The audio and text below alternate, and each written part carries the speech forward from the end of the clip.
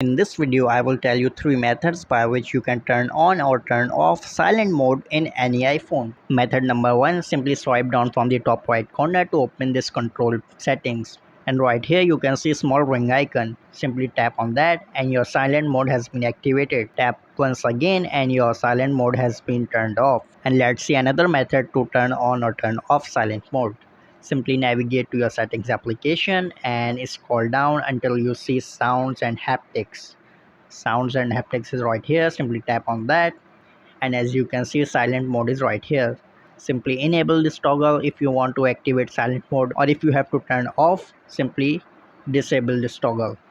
So that's how you can easily turn on or turn off silent mode in any iPhone. Or in some cases there is also silent button in iPhone, as in iPhone 17 and 17 Pro Max. Here is a small action button right here above the volume key.